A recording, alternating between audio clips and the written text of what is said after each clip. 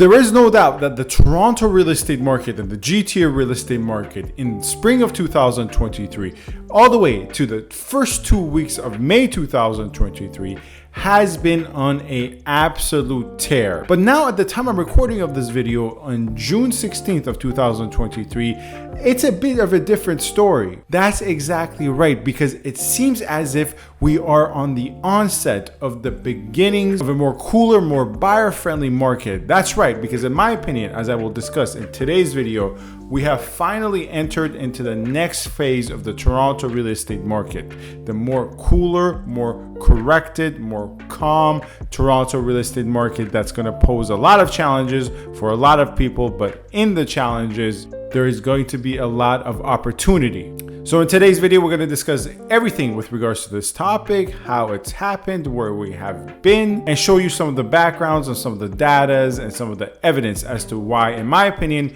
we are finally entering into a cooler market come summer and the continuation of the summer into the spring. As always, this is Sam from SaberiSixRealEstate and Remax Realty Realty Inc. On this channel, we love to discuss everything with regards to the Toronto real estate market, the GTA real estate market, and everything in between. Buyer advice, seller advice, pre-construction previews, condo building reviews, and so much more. If you find any of this content enjoyable, feel free to subscribe and find my contact information in the description box. The reason I'm confident that we're finally entering into a cooler phase of the Toronto real estate market is because where we have been was a market where I saw both on the buying side, the selling side mainly, and of course purveying the market in terms of having my eyes on the stats, the market trends, and market reports, where there was a limited amount of supply, a excess of demand. And remember, before this June Bank of Canada meeting when they increased the rates by 25 basis points,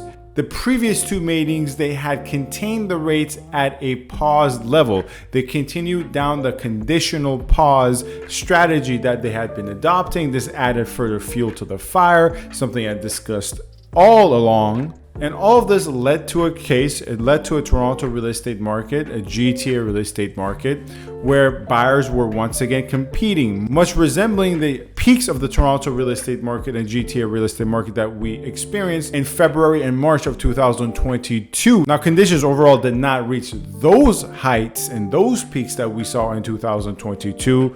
But in certain areas, for certain sales, it got pretty damn close. I mean, this is something I covered both on the quantitative and qualitative side. All the property types were up on a month-over-month basis for the preceding 3 to 4 months starting January. Some of them got really close to breaking even on a year-over-year basis. Certain areas were actually up on a year-over-year basis. Properties are priced for bidding, meaning underpricing strategy where you try to induce multiple offers, much like an auction would receive anywhere upwards of 18 to 15 offers. On the low end, maybe 4 or 5 offers. And once again, I am speaking on the selling side as well. We sold multiple properties with multiple offers at near all-time high prices. Well, things have changed. Things have cooled within the last 2 weeks. If you recall earlier in the video, I said this was happening all the way to the first 2 weeks of May. A shift started to occur after the first 2 weeks of May. And one great way to measure this and to visualize this for you is through the number of showings and number of offers within the GTA. These are not perfect measures. These are not perfect metrics. Obviously, this is not physics or chemistry. The data is not 100% accurate, but it's pretty damn close. What I have in front of me right now is the total number of offers made from May 1st all the way to June 11th, the week of June 11th. As you guys can see, I selected a custom range here, starting from, once again, May 1st to where we're at on June 16th. This is the time of recording of this video. And we see for offers, we see in the first 7 days of May, from May 1st to May 7th, there was a total of 4,853 offers, so on and so forth, 5,700 offers. Once again, this is regarding the GTA across all areas and all property types. And as we got into the middle of May, around May 14th, offers started to slowly decline to the point where, for instance, May 21st, we were looking at 4,400 offers. A slightly uptick into the next week at 4,700 offers. But once again, a huge decline, a drop to 4,200 offers. And this is something I've been talking about all a while, but not even just using the analytics, but using my eyes, because I work every day as a Toronto real estate agent representing buyers and sellers, and I just see things firsthand as well. As I discussed in one of my most recent videos, in recent days, I've noticed within the Toronto real estate market, as always, this is Sam, by the way, from SaberiSixRealEstate. I've noticed that showings have remained pretty steady. A lot of properties on the market from multiple offers with an offer night are still getting a lot of showings. But one thing that has decreased while showings have remained steady are offers. That's right. Properties on offer night where they would have otherwise gotten maybe 7 to 8 offers, even upwards of 10 offers a month back in May, now are really honestly getting to 3 offers. Offers are substantially down while viewings have held up better. Offers is the best way to gauge buyer demand. Well, showings is another great way, not as good as offers, but another great way nonetheless. And once again, we see in the GTA from May 1st to June 16th, there was 439,000 showings. That doesn't mean there was 439,000 buyers, right? A lot of buyers, book upwards of 20 showings. So please do not confuse the two. Nonetheless, 439,000 showings, but as we see, once again, similar theme. The month started out strong with 76,000 showings, and slowly during the mid of May, it started to dwindle and dwindle and dwindle to the point where in the first week of June, we're looking at 60,000 showings. If we just simplify things and bring it down to, for instance, this month. So this month is only June and onwards, June to June 16th, where we're recording this video. We see where if we just toggle this month over month graph or line graph, as represented by the green, we see that month over month, June is far down in terms of showings, right? Once again, according to Brokaway Analytics, this month, so it's June 1st to June 16th, is down 54%. With regards to showings. In June 4th, the week of June 4th, we were looking at 73,000 showings.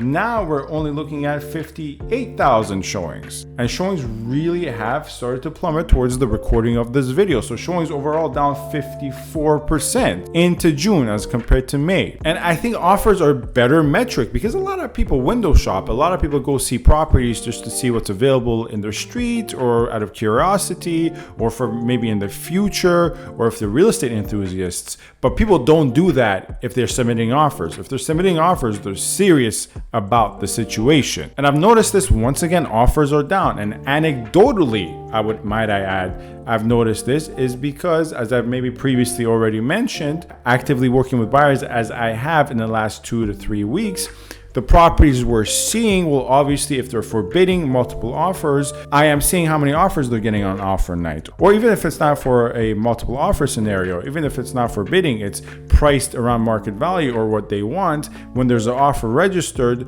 well, I get a notification. And I'm telling you, in May and April, on offer nights, properties will get upwards of 6-8 offers. Now what I'm seeing in the last week, last day, very immediate time to recording of this video, is properties are only getting 1 to 2 offers, where otherwise they would have received, once again, as I said, 8 offers. So anecdotally, I can say that offers are down as well without a shadow of doubt. So with offers down, with showings down, does this mean the Toronto real estate market is going to crash? Absolutely not. There is no way I foresee a crash occurring. And if you're expecting a crash or banking on a crash, I think you'll be waiting for a long time.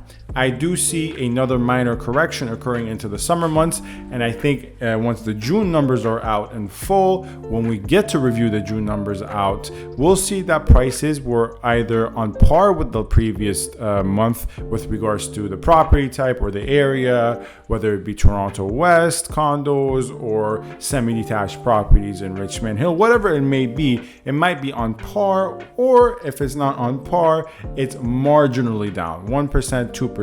Because ultimately, it takes a long time for sellers to adjust to a downward market. And this all leads me to the bidding strategy, because a lot of topics of discussion during this video has been with regards to how many offers properties priced for bidding are getting, and it's less and less, as I've been saying in recent days. Well, let's take a look at a couple of failed sales, because that's even happening more, right? I'm seeing more and more failed sales. I mean, I do a whole entire series about price drop reports where I go through 4 to 5 listings within given areas, listings that I think are good to use as an example to have a wider discussion about that particular community area or building. So I already do a series where I go through listings that failed to sell or have done a price reduction, but I thought maybe incorporating that into this video to drive home the point a bit more. For instance, let's start with this one, 1001 Bay in downtown Toronto, a building I know really well.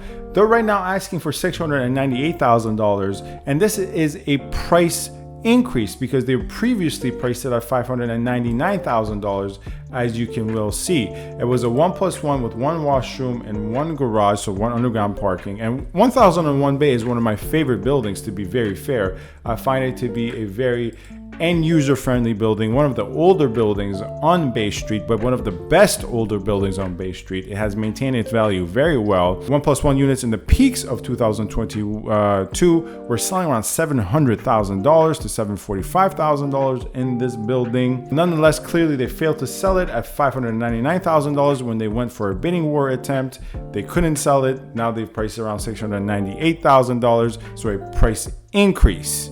And they have done some minor work in this building. You know, some of the countertops are new, but you know, the appliances are still a bit original. It's pretty much, once again, a standard layout for 1+1 in this building. And as you can see, it's okay. The exposure is probably the main issue, and it's on a lower floor as well. But nonetheless, they shouldn't have a problem selling this unit now as it is at the new price. But in May and in April, they probably would have already sold it at bidding for higher than, I would say, $700,000. Another example of a failed sale, more indicative of the cooling conditions of the market, is this one, 225 Sumac, Unit 2001 West. 225 Sumac, once again, is one of my favorite buildings in the Regent Park area. I would say it's probably one of the best ones, actually. Nonetheless, though, this unit in 225 Sumac originally listed for $679,000, but now they've brought the price down to $650,000. 1 bedroom, 1 washroom, 1 underground parking. Square footage is probably in the 550 to 600 square feet. I know this building well. Once again, I've shown this building a lot. And not to be a broken record, but as you guys can see the unit, this is a very common layout in this building for the 1 bedroom and the 1 washroom units. This building actually has way better 2 bedroom units in terms of layout. They have some of the best 2 bedroom unit layouts in Regent Park, I would say, and it's one of the pros of the building. Nonetheless, though, you know, they were not able to sell it, and Regent Park I find as an area overall very underrated. So that's a different discussion for a different time. But yes, yet another example of a failed sale just in the last 3-4 days, and there's so many more to go through. And then we move on to a different type of property type, just to show you that this cool down is impacting more than just condos. You have this property, 96 Marlowe Avenue in the Danforth Village area, one of the most sought after areas, obviously an older property, as you guys can see from the outside. Personally, I kind of like this aesthetic, but I know it's not everyone's cup of tea. It is a fully detached property. Right now, they're listed for $1,250,000, but guess what? Once again, a common theme. They originally had listed for $1,099,000, meaning they wanted a bidding war. They probably thought they would be selling this upwards of $1,300,000, $350,000, but now the market is different. Offers, as we went through earlier, showings are less, but marginally less. Offers are far less, and offers are a far more serious indicator of how much demand there is. And as to why all this is happening, I've discussed it in previous videos, but the interest rates and buyer fatigue, and the summer months are quite slow as it is anyways, seasonally speaking, and inventory has just simply increased. And that was just 3, right? I can go through multiple more examples of failed sales in the last 3 to 4 days, whether it's failed because they tried a bidding war and they could not sell at bidding night because of the lack of offers, or it was failed because they priced it too high and they had to do a price reduction. Either way, just within the last, once again, 3 to 4 days, and all these were in the last 3 to 4 days. This does not mean that the market is crashing. By no means does this mean the market is crashing. It simply means right now that if you are a buyer and your borrowing power has not been diminished due to the hike in interest rates and you are in good financial standing, you have your pre-approval, there is no rush.